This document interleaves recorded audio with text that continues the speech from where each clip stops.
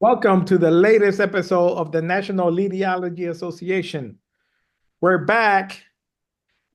This is Dr. Amin Sanaia. I am your co-host. I'm here with my buddies, Tanner Thorp. What's up, everyone? Tanner Thorpe. So glad to be here. It's been a minute since we've been on, so happy to be back. Check it out, tannerthorpe.com. And let's rock and roll. We got Juan on with us today.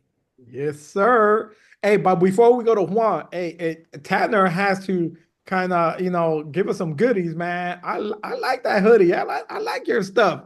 I like your stuff. Yeah. So official branded Tanner Thorpe merch. So we've got the hoodie, we've got it in white and black. We've got t-shirts, we've got them in white and black. So just exploring with some fun stuff on branding and trying to get the logo out there as much as possible. So Good stuff. Hey, make sure you do your hat. Oh, yeah. get a hat, get a hat. All right. So Mr. Juan Santana. Okay. How you guys doing? I'm glad to be back. It's been a while. I have to say that after those first few episodes, I got this scratch in my throat. It's like, it's been too long. What's going on? Let me hit Dr. Amin. We'll see what's going on. So I'm glad that we're back here together. Looking forward for my package, Tanner. So I'll send you my address later on. Yeah. The holidays coming, so I expect Santa to have something under the tree there. That's right. That's right. We'll start building the store and we can get all kinds of stuff. Get all kinds of stuff going. Yeah, I'll start promoting you. There you go. Yeah. There you go. Good stuff. Love it. I want the hat with the TT on. That's man. The hat with the TT. White You want hat with TT. white hat, black logo. Yeah, that's it. That's Got it. you. Whenever that's ready, you let me know. I'm gonna go in that store and get it. All Got you. right. So today, we're gonna have some fun. Actually, this is a topic me and Juan were shooting back and forth on, and I was like, you know what? We're gonna go for it. So, topic of the day: controversial leadership styles and how they impact team performance. I have a feeling that this is gonna take a minute, so it might be a couple of episodes. Uh, The what do goal you is guys not to get feel into about too that? much trouble. What was that one? The goal is not to get into too much trouble.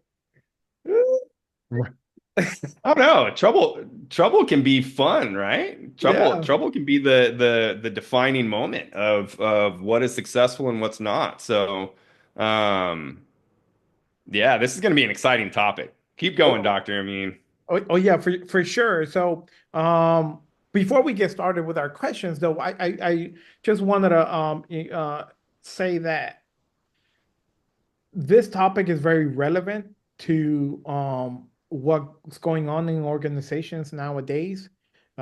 We've lived through many different iterations of some of these leadership styles that we're going to talk about.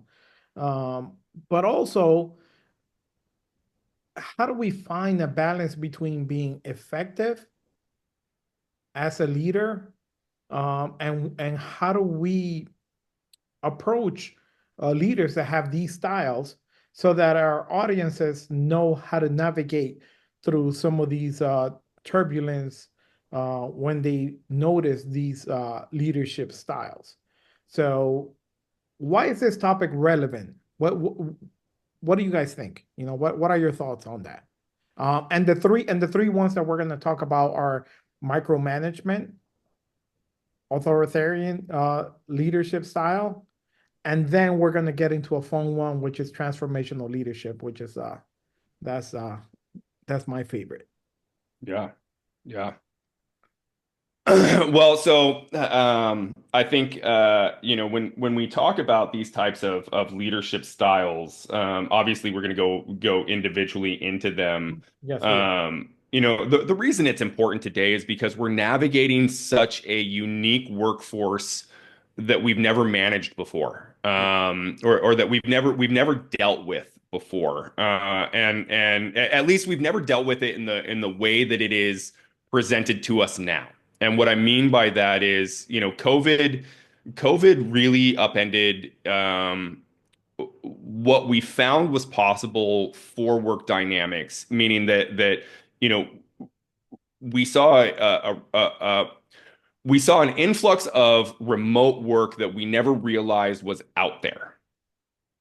Yes. Right. So we realized that as much so much of what we thought had to be done inside four walls of an office building didn't necessarily have to be done there. Right. And so that changed a bit of the workforce dynamic. We also have the generational changes that we've talked about a lot on this podcast and other podcasts that you and I have done, of how does the older generation view the younger generation, Mhm. and their work flows and dynamics and what they need to be able to be productive in their way and their learning modalities. So it's an incredibly unique time to be a leader, and it is more nuanced in what does it take to be an effective leader than ever before, I think, in the history of the world. Oh, absolutely. I mean, and just to follow up and something you said there was very um that reminded me of a few things that I read about last week, which is we have four generations in most organizations of people working together. Hmm. I mean, just imagine a leader having to deal with four generations, very distinct generations in how they were raised, their values. Um, that is really hard for leaders. Yeah, Uh, and that's just the beginning. yeah, I mean, just it is. Juan, you want to jump in there? Yeah. So I mean, this is go back. I think the first podcast I did with you guys when I think I started by saying that this new generation wouldn't be able to handle some of the stuff that our generation went through, which leads, to this now, there's all this leadership style, right? So we have this new generation, obviously very flexible as far as the new work environment, right?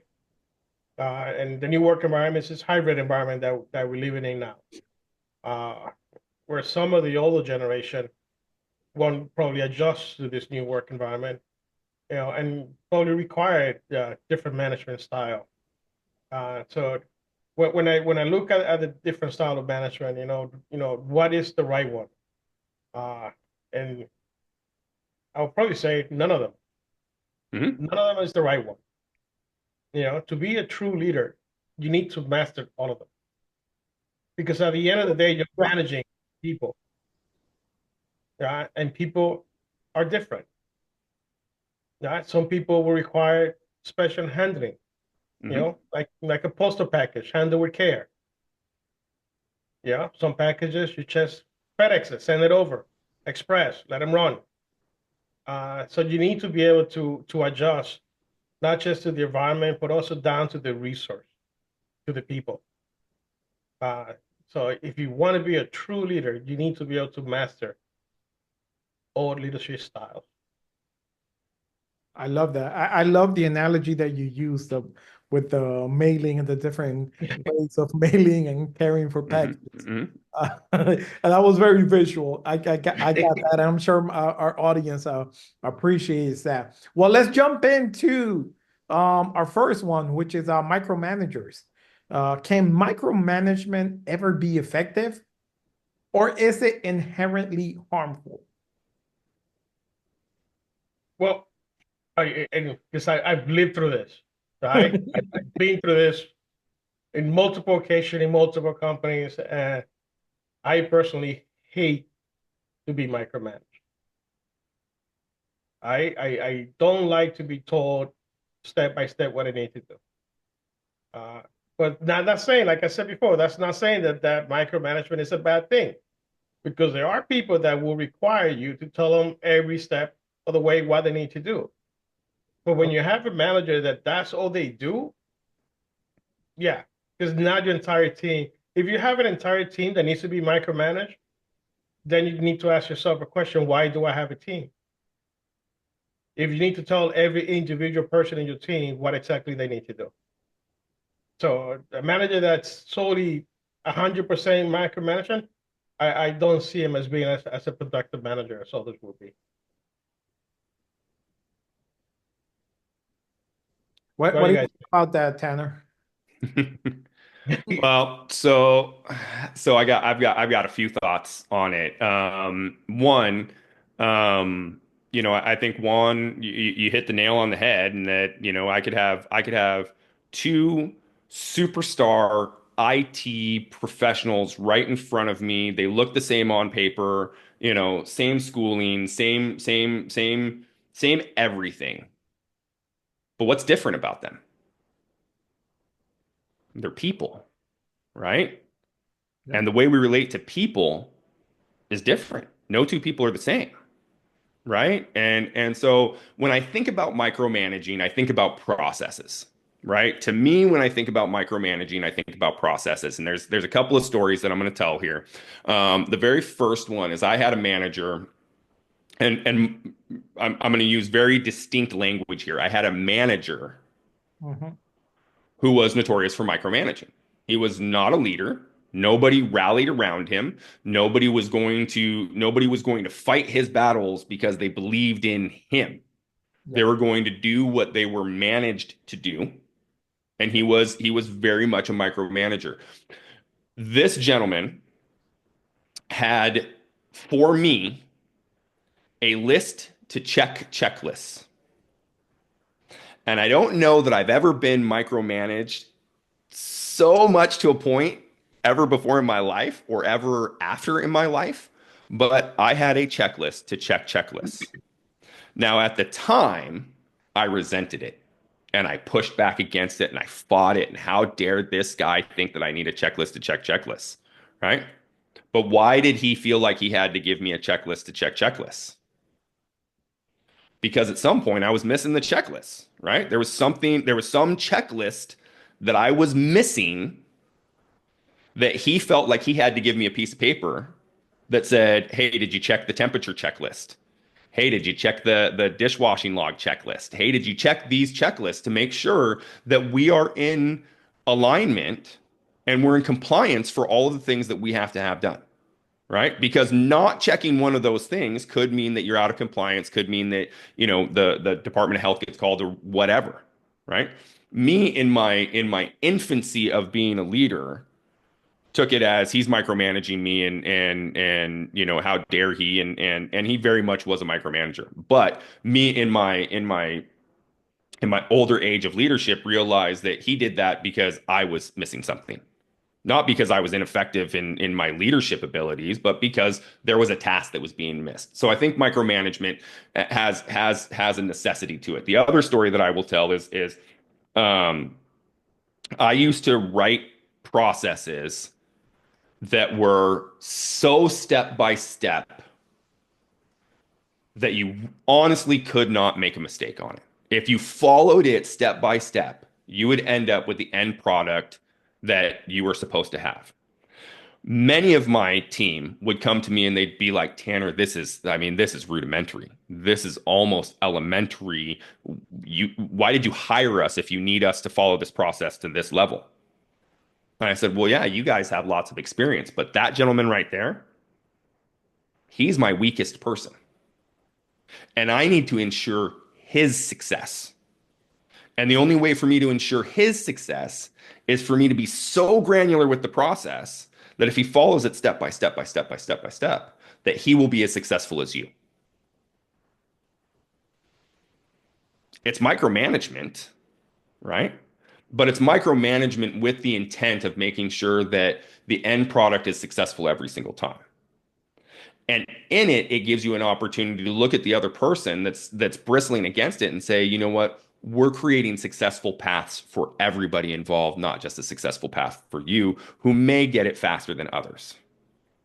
So, do I think that micromanagement is fun in either role, being micromanaged or being the micromanager? Not sucks. It's terrible, right? Nobody wants to be that in either way, right? But it serves a purpose. It definitely serves a purpose.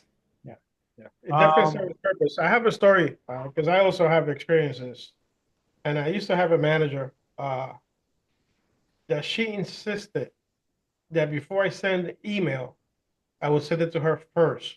Oh my God, Jesus. Yes, I've had that too. I had one too. Holy crap. And I couldn't do it. I couldn't do it. I said I'm not going to do that because then in that case I won't write emails anymore. You write all the emails and you send them all Yeah. out. Yeah. What's the purpose of me writing an email? And if you don't trust what I'm doing, then why am I here? Yeah. Yeah. So in what you guys have said, and specifically you, Tanner, micromanagement can be effective in high stakes situations, especially in situations where there's safety protocols and there's strict regulations. Yes, it serves a purpose, but it is inherently harmful in the long term. So for a short period of time, you can be successful with being a micromanager in the middle of a lot of turnover or chaos. You want to ring everything in, but then you have to loosen up as people grow in their roles and they become more effective. Because in long term, the effects that you have is it erodes trust. If you're pretty much telling your people you don't trust them, stifles creativity, and those of us that are creative, like that's killer. Then we don't want to work because it's like just get a robot if it's to that point. It demotivates everyone, and it leads to disengagement, which ends up in high turnover rates. So, I mean, if you look at an organization and you see a lot of turnover, there's a lot of this going on at some area where this is happening. Because it's people nowadays they want to have a purpose when they go to work. They want to feel value. You can't when you are on a long-term basis, not trusting them because you feel that you have to have check the checker, so to speak, like Tanner was saying, on a long-term basis. But as you grow, there should be a plan to kind of let go of some of those controls. But Yeah. to your point, I mean, I really hate to be. I hope that in my future I don't become a micromanager. I don't want to be the guy with a clipboard, walking around with a clipboard. Check, check, check, check, check. Yeah. But just having visited a manufacturing location, I could see where the checklist becomes important, right? It's a process that is repetitive. It doesn't change, but it needs to be followed. Yeah. Right? If any of those steps is missing, the whole production line is down. Right. So I see where the benefit is on the micromanagement and having the task list that must be followed. Yeah, but that's called QA, quality assurance. You have a specific role for that, and it shouldn't be the leader. Yeah. And again, when we talk about micromanaging, we're talking about managing. Yeah. Right? We're not talking about leading. Yeah. We're talking about managing something. Yep. And that is the biggest distinction. We just talked about it. A person who tells you that you have to send them the email first to proofread it before you can send it out. Right. The boss that I had of a checklist to checklist. Right. That guy was a manager through and through. People don't leave organizations. They leave bad leaders. They leave bad managers. They leave bad bosses. Yep. Yes. Right. And you hear about it time and time and time and time and time again. Right. If that boss that I had, that manager that I had, would have continued to micromanage me over time, I would have left. I mean, like I would have lost my absolute mind. Right. People don't leave organizations because it's a bad organization. They leave bad cultures. They leave bad bosses. And it's usually because somebody can't figure out when they can step back from micromanaging. They can step back from that authoritative role. They can step back from their ego. They can step back from their need to control everything about things. It's usually the people that need that control Yeah. that destroy it by wanting to hold on to it so tightly. Yeah, yeah, and that's a false sense of hope because Right. you truly don't have any control. When you think that you're going to control everything, you truly don't. And it leads to the second part of looking at these micromanagers is what are the challenges that people face when they're under this type of leader, who shouldn't be a leader, a manager that is micromanaging them. To your point, Tanner, I mean, it's just the lack of autonomy. You can't breathe. You Well, and you can't. constantly feel like you're never going to be good enough, right? Mhm. And I think it's also important to recognize the distinction of the team member or the employee or the worker. There are some that want that. Yeah. Yep. Like and Amin's heard me tell the story a million times of Leslie in the yellow painted box. But I mean, I work with this lady Leslie, and her favorite job in the entire world was she stood inside this painted square on the floor and twisted water ski rope. And what she loved about it was mindless. There was nothing to it. There are some workers that want to be micromanaged, right? They want everything in that perfect little box and don't ever ask them to think outside of it. Yeah. Well, those are the guys that are non-creative. Hmm. Yeah. And that's where knowing your people, you have to know your people. Yeah. And as you hire people, I mean, I'll tell you a story. Um, we're a blended family of four kids, and one of our kids has ADHD, sorry. And it took me a while to understand that, when when you have that, you literally have to tell them exactly, like, literal, give them exact instruction, one by one, not all of it at once, one by one, for them to be able to follow it. That's, and when I realized that, I'm like, okay, that's why some people at work, they can't function unless you're giving them instructions like that. And depending on your role, that can work. But if you're in a role where you have to work independently and be able to think through different problems, you're not going to be successful, because that in the long term, you're going to really make a lot of mistakes.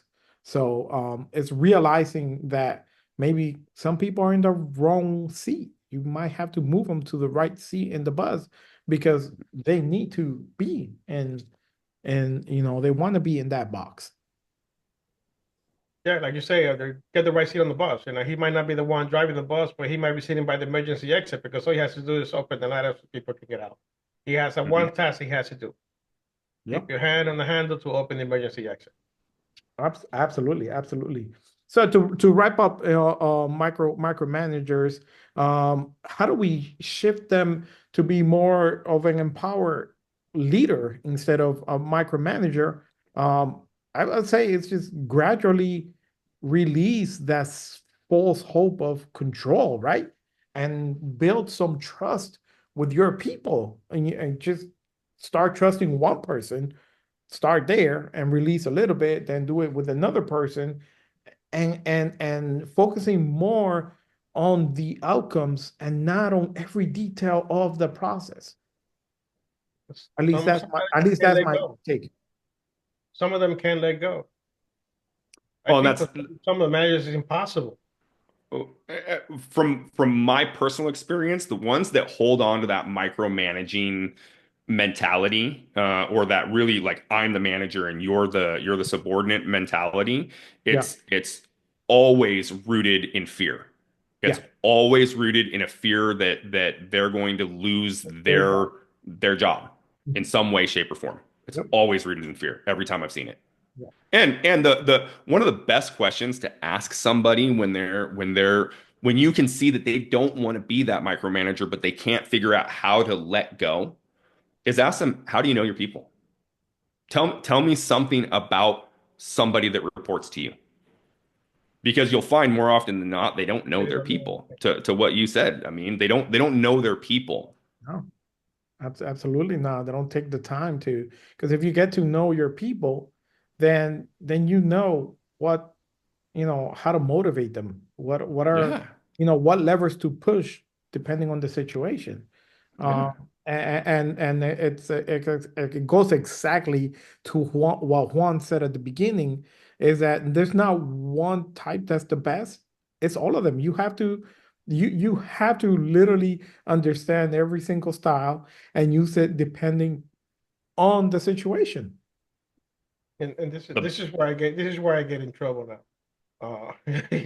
Yeah, having worked for international companies most of my life, and having expats, working abroad here in the U.S. They usually have a different agenda than someone that's a local hire. Uh, their agenda is obviously it's their career, and to progress however they most. Yeah, failure is not an option for them. Mhm. Yeah, so if they have to manage every single aspect of everything, they will, because for them, failure is not an option. Yeah, that's a good perspective there. I mean, it's different, and but again, they would benefit from learning how to let go. I mean, and this is why I'm really passionate about people development and leadership development, is that you can always learn to be better. You can always do Right. better. You can always do better, but you have to be willing. Yeah, you also have to look at the culture, right? Having worked in a Japanese company for multiple years, I mean, that's a whole different culture when it comes to management. Yeah. Mhm. I mean, talk about, following, a hierarchy, and, be having to do whatever your manager tells you. And, you can't question authority, right? And I found that interesting when I was working in Japanese bank, when the guy told, oh, yes, I have to moved to Canada because we were finished with the project. He goes, okay, did you choose that location? He goes, no, no, no. I was told I have to move to Canada, and it's not up for debate. And I find that interesting, and that's acceptable in the Japanese culture, right? Yeah. I want to work here. Like, hey, Juan, you next, tomorrow you're gonna start working in the Canada office. No, I got a family. I got a life. I can't just get up and. But for them, that's not an option. Yeah. Well, funny you say that, because we go into our second style, authoritarian leadership. So thank you Yeah. for queuing Good it up. segue. Good Yeah, segue. absolutely. Thank you for that. So, in what context can authoritarian leadership work? One, and when does it cross the line into toxicity? Ooh, Well, second. so it's a very, very quick line, Ooh, yeah, right? yeah, So I think authoritative leadership is necessary. I mean it's we got to draw the line in the sand of who's the boss here, yeah, yeah. right? So it is necessary, right? Even King Arthur in his round table, he was still King Arthur, right? We may have the round table because we're all equals around this table and everybody's voice matters, but let's make no mistake who's the boss, right? Let's make no mistake who the king is, Mhm. right? But the best authoritative leaders that I've seen, they don't have to throw their weight around. No, they don't have to tell anybody who's the They don't, boss. they don't have to tell anyone who's the boss. They don't have to throw their weight around. And they're not barking orders because people have to do what they say, right? Mhm. So the best authoritative bosses, you know that they're the boss without them having to tell you they're the boss, right? And real quickly, it can go to your head and your ego can, you want to talk about not wanting to lose control, right? Authoritative leaders are the ones who don't want to lose control because they have it, right? Like they're the authority. They're the boss, right? And so they throw that weight around, their ego increases, their pride increases, and then all of a sudden nobody wants to work with them because they can't see past their own ego, right? They're the stopgap, right? Everything has to go through. You have to send your email to me before you send it out, right? Because I'm the boss. And I'm going to make sure that I know what you're saying Mhm. so that you're not saying anything that I don't want you to say. Hmm? Yep. I just recently had an experience with an authoritative leader, Oh, Yeah, you know, that someone, reminds me. someone who would stand there all day long and tell you that they want people to push back. You know, they want all the ideas in the room, but they don't, unless it's their idea. absolutely. Go ahead, jump in, Juan. I was thinking, because oh my God, like, I could probably write a couple books on all my experience. Uh, You yeah, should. we gotta talk about that a bit later on because yeah, and you know, it's a joke, but we used to work with this guy in the office. It was a manager, and we used to joke around, that when we travel, he needed a second seat for his ego. Uh, I like that. I haven't heard that one, but I like it. Think I'm gonna use it. because talk about oh my God, so this guy, it was his way or his highway, and to eventually cost him his job. It got so bad that it literally cost him his job. Yeah, Because he did not want to hear what anyone else had to say. You know, he was right all the time sounds familiar. until he ran into someone that says, "Okay, prove it." Hmm. And when he couldn't prove it, that's hit the road.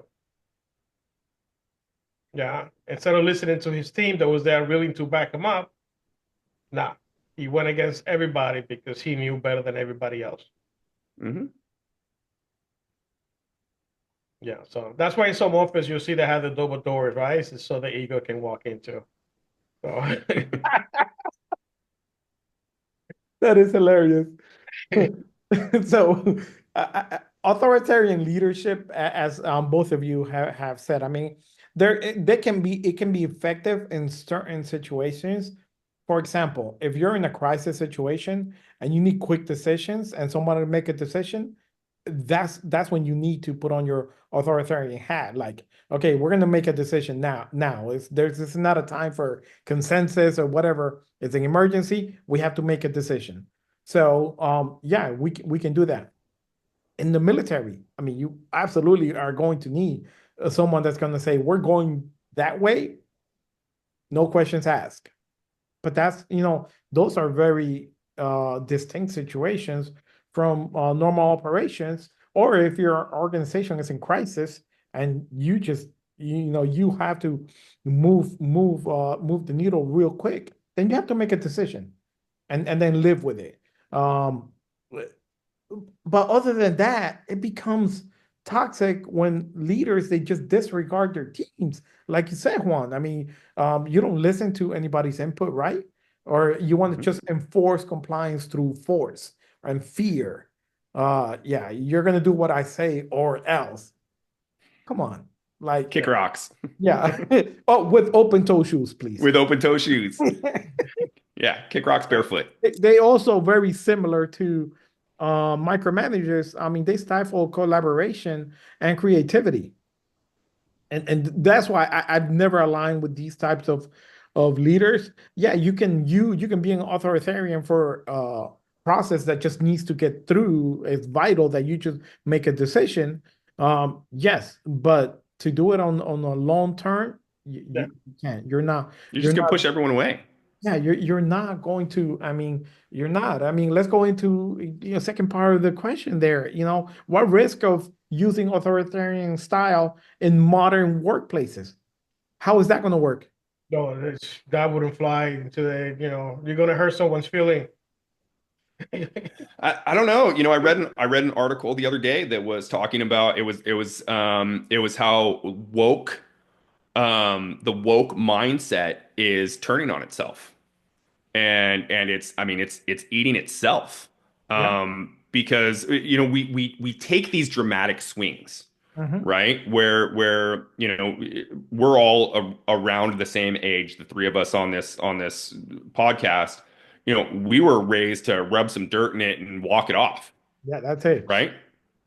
So, So my son right now, my 7-year-old's sick right now. He's been homesick and he's been fighting something in his chest. And I had a phone call today with my dad, my stepdad, and very much a man's man. Growing up as a kid, it was, put some dirt on it. And I'm gonna use some language here, so I apologize for it in advance for the listeners. But I made a comment to my dad this morning that that Sawyer was sick and wasn't feeling well, and his response was, "Well, tell him to stop being a little bitch and get back to school." And he was joking around, Yeah. right? And it's that mentality. Tell him to man up, or you know. But now you couldn't say that, right? No. Or at least over the course of the past couple of years, you haven't been able to say that. But now they're saying that the swing to that side has been detrimentally damaging to society also. And we got to find that common ground where you can say, hey, you know what? Throw some. It's okay that you're hurt, and no one's disregarding the fact that you're hurt, but also put some dirt on it and let's So move through. yeah, Right. So we're finding a little bit of the woke mentality is eating itself a bit. Yeah, my mom would Um, rub some vapor rub and send me back to class. yeah, right. vapor Right. rub, man, Vicks vapor rub. That's, I mean, Yeah. and the Robitussin. household, yes. Yeah. Anything went wrong, you just hear some Vicks. That's, Let's I tell go. you what, I could break a million bones. Ain't nothing hurt as bad as my mom's shoe on the back of my head. You know what I mean? Like I see Oh, her taking off that shoe, I'm running. yeah. Well, I mean, for us, it's the chancleta, bro. That Right. sandal, Right. boy. Woo! They took off Yeah. that For sandal. me in my house, it was the wooden spoon. I Yeah, saw my mom going for the wooden spoon. I screwed up and I was running. But anyways, yeah. That's a whole different subject. whole Yeah, different subject. That's an authoritative person that I ain't messing with, right? My mom can be authoritative for the rest forever, yep, yep. forever and ever and ever and ever. Absolutely. And typically, I mean, what the some of the risk of this style, I mean, you lead to low employee morale, increased turnover, obviously, and there's no innovation happening. And when you have an organization where there's no innovation because you stifle the creativity, I mean, what do you think is going to happen to the organization? Or the other side of it is that it is successful and it creates a pervasive and toxic culture Yeah. that is systemic and difficult to carve out. And when we first started talking about authoritative leadership, I don't know why, but the very first person that popped into my head was Jordan Belfort, the Wolf of Wall Street. Wow. And when you think of kind of like authoritative, toxic culture, that stock market, Wall Street, the Jordan Belfort, the old Charlie Sheen and Michael Douglas movie, Wall Street. You think of that kind of authoritative, toxic culture, but it's successful, right? And it becomes a culture that is embraced, even though we recognize that it's bad. Mhm. And so then it becomes even more difficult to identify it and say, hey, it's bad and it's bad for these reasons, and it's bad even in spite of its success. But in Wall And Street, that, it's not considered bad if you're making money. right? Oh, in the culinary industry, right? In my industry, right? For years we've known that it's a toxic workplace. For years we've known what needs to change, but it doesn't change because it's so ingrained in the culture that in order to change it, I mean, it's incredibly difficult. It's incredibly difficult. You We've will, been, you we've been will, talking about the toxic chef culture for a century. And it's only in the past 20 years that it's really started to change. And it's only been in the past 10 years that we've actually seen people really start to take it seriously. Yeah, once you start removing people from it, you have to remove in masses the people that have the culture ingrained into doing it and bring in a slew of new young blood that doesn't get introduced to it. Yeah. That's the only way when you have a culture ingrained like that in the industry. There's no other way because everyone that goes through it gets gets introduced to it and pretty much have to graduate from it. Yeah. And that's the only thing they know. So guess what? That's what they're going to do. Yep. So Yep. maybe Tanner, you can correct me if I'm wrong here. Uh, because this is your field. So when I look at TV show, right, with Hell's Kitchen, and we look at Chef Ramsay and the way he talks down to the Mhm. chef, Mhm. I wouldn't last a day because I would probably deck him and walk out. Right. But is that the kind of toxic environment that It used to be. It used to be. And you still find it. You still find not on the grand scale um, that you would need to be in. So I'll give you an example. The kitchens that Gordon Ramsay came up in. So he came up with Marco Pierre White, who is notorious as just being a psychopath. I mean, just crazy, brilliant, one of the most talented chefs of our time, just crazy. Another one who was responsible for most of the big names coming out of Chicago, Charlie Trotter. Charlie Trotter was, I mean, I'm gonna use an example that I know Amin's going to relate to. You would go and work for Charlie Trotter for free just so you could put on your resume that you worked for Charlie Trotter. Mhm. Like you wouldn't be able to go in and say, "Hey, you know what? I'm going to be your dishwasher and you're going to pay me minimum wage." Charlie Trotter would look at you and say, "No, I'm not. I'm not going to pay you 5 cents. You'll come and work for me for free so that you can say that you work for Charlie Trotter." I mean, the guy was as toxic as you could possibly believe and has now been sued and ostracized out of Chicago. But I mean, like you couldn't get a job in Chicago without having Charlie Trotter's name on your resume. You know, Marco Pierre White was notorious for just tearing people apart in his kitchen. Gordon Ramsay has very high exacting standards, but he doesn't talk to people like that in his kitchens anymore because you can't keep people. You know, at that level, in the highest levels, when you're talking about, people that are really pushing for that Michelin star level of excellence, you, you're working so hard anyway. You are under such incredible stress and working with such finite and